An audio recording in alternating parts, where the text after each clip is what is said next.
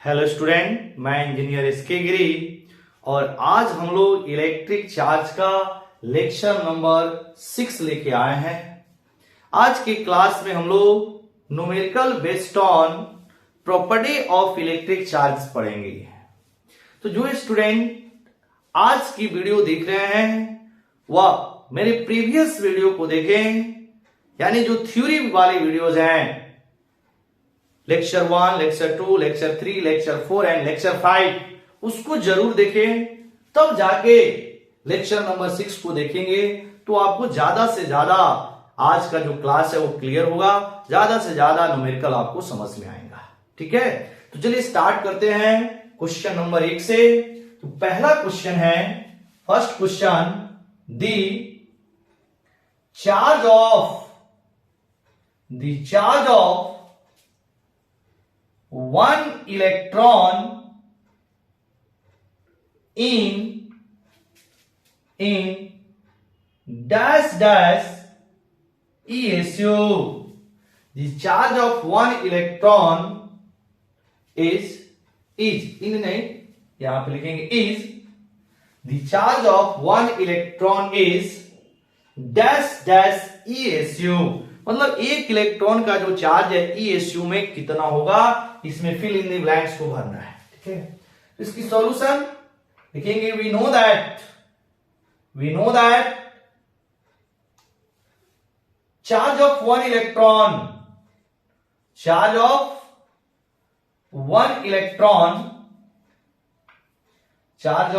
Electron is equal to -1.6 into 10⁻⁻19 coulomb. हम लोग जानते हैं एक इलेक्ट्रॉन की जो चार्ज होती है कूलम में -1.6 इंटू 10⁻⁻19 कूलम। क्लियर? लेकिन हमें कूलम में नहीं पूछ रहा है ESU में। तो सबसे पहले अगर इसको हम लोग लिखे तो -1.6 इंटू 10⁻⁻19 इंटू 1 कूलम लिख सकते हैं। 1 से मल्टीप्लाई करेंगे सेम चीज आएगा। क्लियर? अब हम लोग 1 कूलम को ESU में ट्रांसफर कर सकते हैं, यानी कि 1.6 into 10⁻⁻19 into 1 coulomb is equal to 3 into 10⁻⁹ ESU। हमने प्रीवियस लेक्चर में ये सारी चीजें लिखा दिया है कि 1 कूलम बराबर होता है 3 इंटू 10⁻⁹ ESU। ESU बोलते हो इलेक्ट्रोस्टैटिक यूनिट। अब इसको सॉल्व करेंगे तो 1.6 into 3 is equal to -4.8 into 10⁻⁻29 और +9 इज इक्वल टू -10 ESU। तो अब फिल इन द ब्लैंक्स में क्या बनाएगा, -4.8 इंटू 10⁻⁻10 और ESU है। ये है हम लोग का पहला क्वेश्चन। सेकेंड क्वेश्चन है, ESU बटा EMU is equal to dash dash dash. इसमें हम लोग को फिल इन द ब्लैंक्स भरने हैं। ESU बटा EMU इज इक्वल टू क्या होगा, तो हम क्या करते हैं सॉल्यूशन में, इसमें एक से ऊपर मल्टीप्लाई और एक से नीचे मल्टीप्लाई कर देते हैं। मतलब 1 ESU बटा 1 EMU लिख सकते हैं। इसमें एक से ऊपर गुना, एक से नीचे गुना। अब एक ESU बराबर कितना होगा और एक EMU बराबर कितना कूलम में होगा उसको लिखिए। तो एक ESU बराबर हमने बताया 1/3 into 10⁻⁹ coulomb divided by 1 EMU is equal to होता है 10 कूलम। फिर से मैं बोल रहा हूं, जो स्टूडेंट आज का वीडियो देख रहे हैं इससे पहले प्रीवियस वीडियो को जरूर देखें, तब जाके आज का क्लास न्यूमेरिकल समझ में आएगा। क्योंकि 1 ESU बराबर हमने प्रीवियस लेक्चर में बताया है कि 1 डिवाइडेड बाई 3 इंटू 10⁻⁹ और एक EMU बराबर 10 कूलम। जब इसको हम लोग सॉल्व करेंगे तो 1 डिवाइडेड बाई 3 इंटू 10⁻⁹ कूलम, और ये आपका कुछ नहीं तो बटा में 1 है, तो ये चला जाएगा 1 ऊपर डिवाइडेड बाई 10 कूलम। ये कूलम से कूलम गेट कैंसिल, सॉल्व करेंगे तो ये 1 इंटू 1 हो जाएगा और ये हो जाएगा 3 into 10 raise to the power यहां पर 9 और यहां पे कुछ नहीं तो 1 10 रेस टू दी पावर 10। अब इसको रेशियो में लिखना चाहते हैं तो 1:3 गुना 10 की पावर 10 ऐसे लिख सकते हैं रेशियो में, मतलब 1:3 into 10 raise to the power 10। हम लोग इसको रेशियो में ऐसे लिख सकते हैं। तो ESU बटा EMU is equal to this. तो ये था आपका question number 3। Next question number 2 था। अब नेक्स्ट क्वेश्चन नंबर 3 तो ये काफी इंपॉर्टेंट है। इसको सबसे पहले तो हम लोग इसको सॉल्व करेंगे और सॉल्व करने के बाद इसको आज के बाद हम लोग याद भी रखेंगे ताकि कि कभी इस पर बेस्ड आपका ऑब्जेक्टिव क्वेश्चन पूछे तो हम लोग सॉल्व वहां नहीं करें, डायरेक्ट टिक लगा दें कि इसकी आंसर ये होगी। क्वेश्चन क्या है? क्वेश्चन लिखते हैं। क्वेश्चन नंबर 3 क्वेश्चन है find the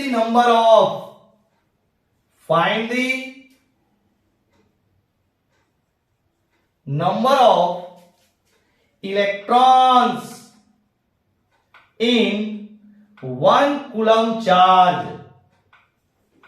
Find the number of electrons in 1 coulomb charge. तो एक कूलम चार्ज में इलेक्ट्रॉनों की संख्या क्या होगी, इसे हम लोग को कैलकुलेट करनी है। तो सबसे पहले इसका प्रोसेस सीख लेंगे कि कैसे एक कूलम चार्ज में इलेक्ट्रॉनों की संख्या निकालते हैं और जो आज आंसर आएगा उसको बिल्कुल याद कर जाएंगे ताकि जब कभी एग्जाम में इस तरह के क्वेश्चन पूछे कि ये कूलम चार्ज में इलेक्ट्रॉनों की संख्या या 8 कूलम चार्ज में इलेक्ट्रॉनों की संख्या या 50 कूलम चार्ज में इलेक्ट्रॉनों की संख्या, तो अगर हमें 1 कूलम चार्ज में इलेक्ट्रॉनों की संख्या पता है तो अगर 8 कूलम में पूछेगा तो 8 से मल्टीप्लाई कर देंगे, 20 कूलम में पूछेगा तो 20 से मल्टीप्लाई कर देंगे। तो सबसे पहले इसको हम लोग सॉल्व करने का तरीका समझ लेते हैं, इसके बाद इसको बिल्कुल याद कर जाएंगे ताकि हम लोग का जो इस पे जो ऑब्जेक्टिव बने वो इजिली बन जाए। क्लियर? चलिए इसको सॉल्व करते हैं। क्वेश्चन है एक कूलम चार्ज में इलेक्ट्रॉनों की संख्या हमें बतानी है। तो सबसे पहले हम लोग यहां लिख सकते हैं we know that 1 electron, 1 E का मतलब यहां पर इलेक्ट्रॉन है, 1 electron is equal to -1.6 into 10 raise to the power -19 coulomb. मतलब 1 इलेक्ट्रॉन इज इक्वल टू इतना कूलम होगा।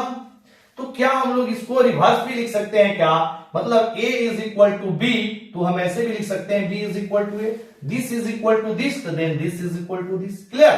तो इसको हम ऐसे भी लिख सकते हैं this implies -1.6 into 10 raise to the power -19 coulomb, इतना coulomb charge is equal to 1 electron.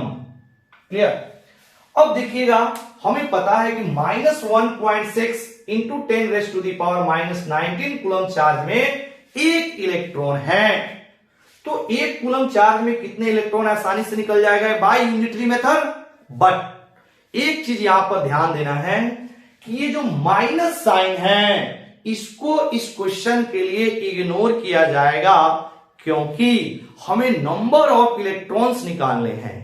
जब भी नंबर ऑफ इलेक्ट्रॉन्स निकालेंगे तो ये माइनस साइन को आप इग्नोर करेंगे, माइनस साइन को हटाएंगे क्योंकि इलेक्ट्रॉनों की संख्या कभी निगेटिव नहीं हो सकती। मतलब number of electrons never be negative, या तो इलेक्ट्रॉन की संख्या 0 हो सकता है या तो 0 से ज्यादा होगा। मतलब number of electrons is always greater than and equal to 0। इसीलिए इसमें निगेटिव साइन को हम क्या करेंगे, इग्नोर करेंगे क्योंकि इलेक्ट्रॉनों की संख्या निगेटिव नहीं होती है। तो यहां पे हम इलेक्ट्रॉनों की संख्या के लिए माइनस साइन को इग्नोर कर दिया और यहां पे लिखा सिंस इतने coulomb charge is equal to 1 electron, therefore 1 coulomb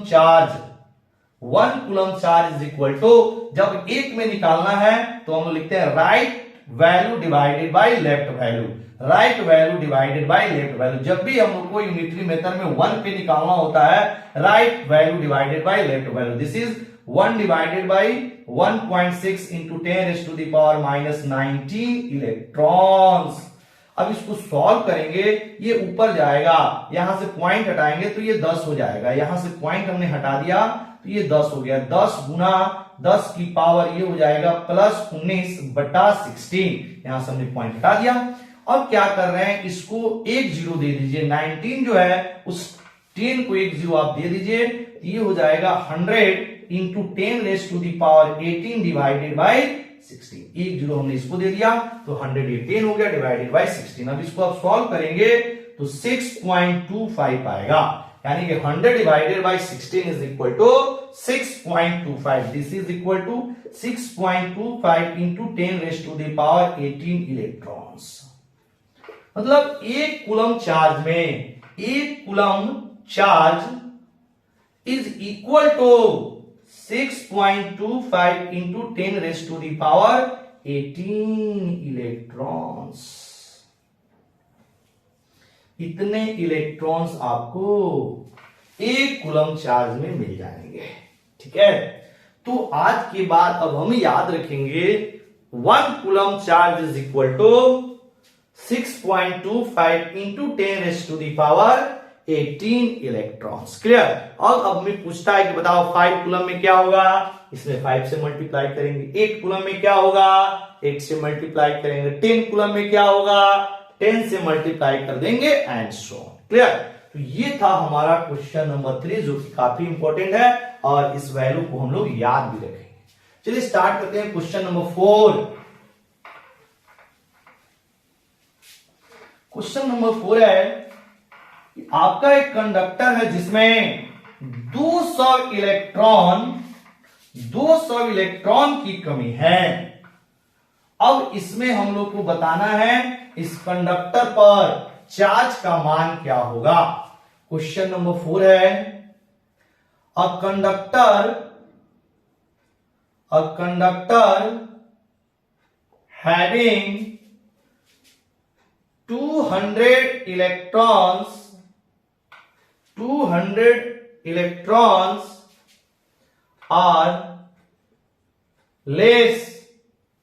A conductor having 200 electrons are less, comma, find the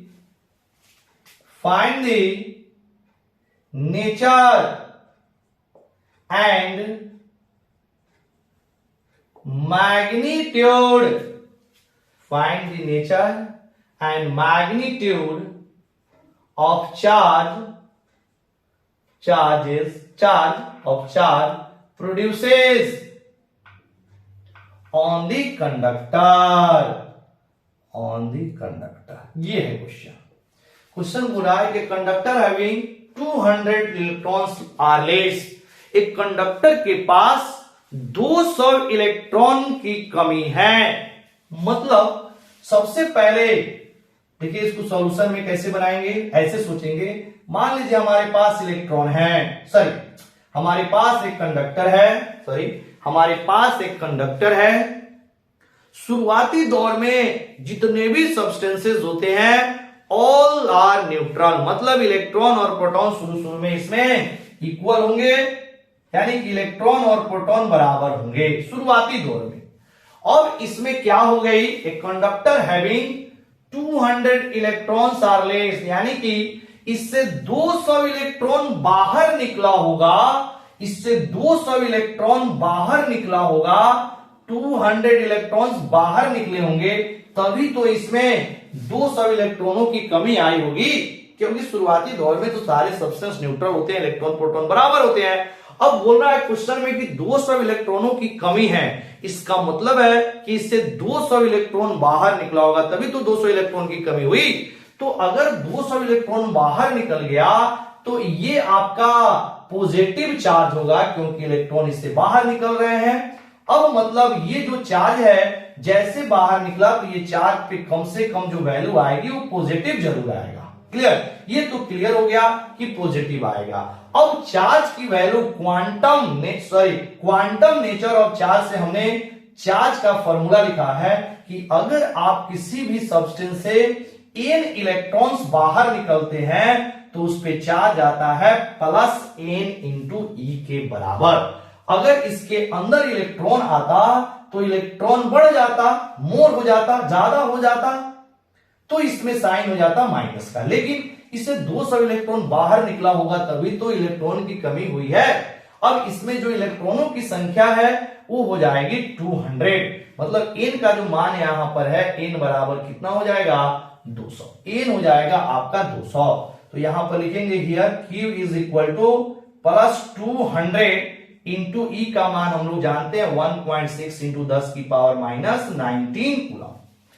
अब जब इसको सॉल्व करेंगे तो ये हो जाएगा 2 into 10 raise to the power 2 लिख सकते हैं 200 को।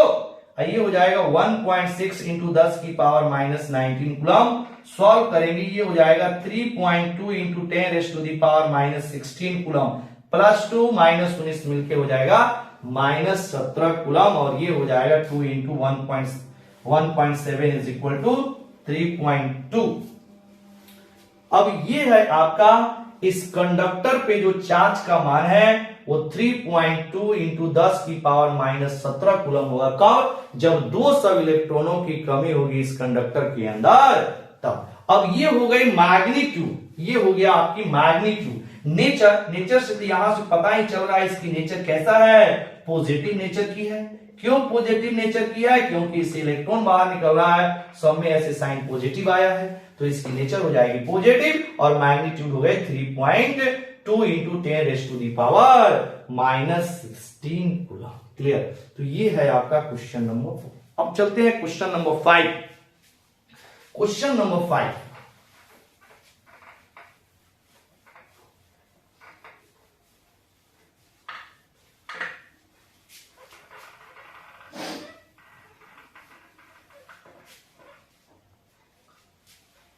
यहां पर लिखा क्वेश्चन नंबर 5। क्वेश्चन नंबर 5 है कि आपका 18.2 ग्राम 2 ग्राम मास वाले जो भी इलेक्ट्रॉन्स हैं उस इलेक्ट्रॉन की चार्ज क्या होगी।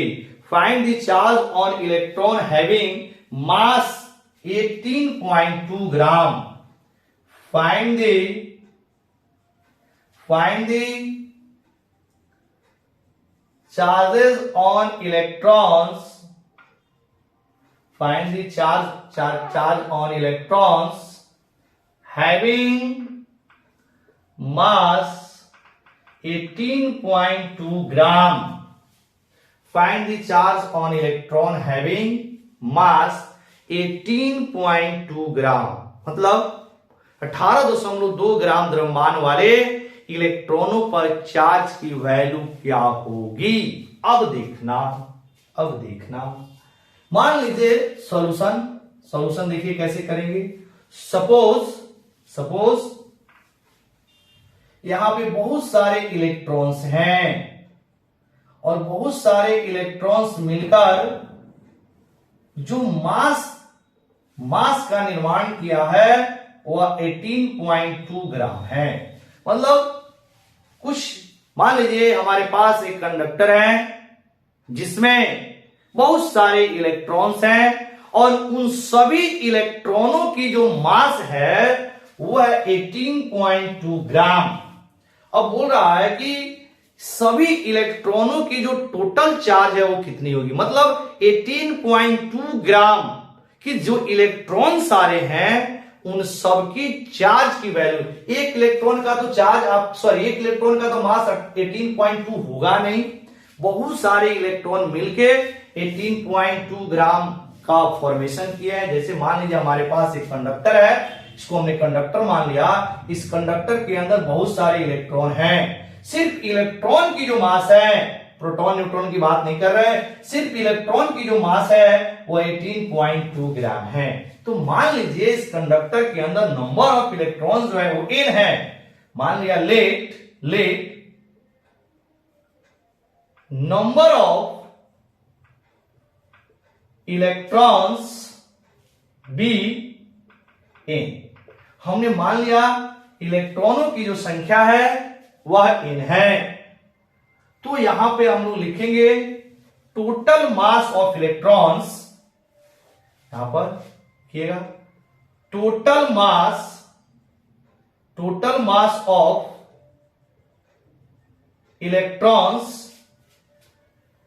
इज इक्वल टू क्या हो जाएगा, n into mass of one electron, mass of one electron होगा जे।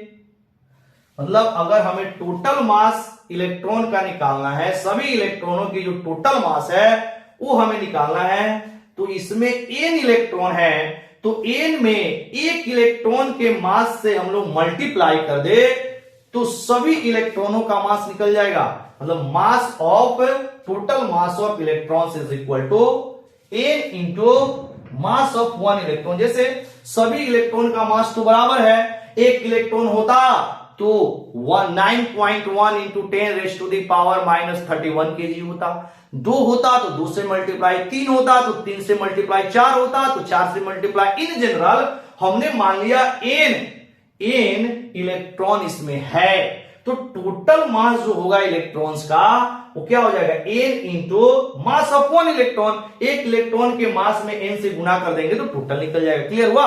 चलिए, अब जो टोटल मास है अकॉर्डिंग टू क्वेश्चन वो है 18.2 ग्राम। तो इसको हम क्या करते हैं, इसको बदल देते हैं केजी में। 18.2 इंटू 10⁻³ kg हो जाएगा। ग्राम को केजी में बदल दिया तो ये टोटल मास मान लीजिए m है, अभी लिख रहे हैं m into 1 mass of one electron 9.1 into 10⁻31 kg हो जाएगा। अब क्या करेंगे, यहां से m की वैल्यू उठा के रख देंगे, ये हो जाएगा आपका 18.2 into 10⁻³ kg is equal to n into 9.1 into 10⁻31 kg। अब यहां से हम लोग आसानी से n निकाल सकते हैं। n बराबर ये आगे जब भाग हो जाएगा 18.2 इंटू 10, ये केजी से पहले केजी काट दो, ये आ जाएगा -3 डिवाइडेड बाई 9.1 इंटू 10⁻31। अब ये कटेगा 2 से, ये हो जाएगा 2 इंटू 10⁻³ इंटू 10⁻31।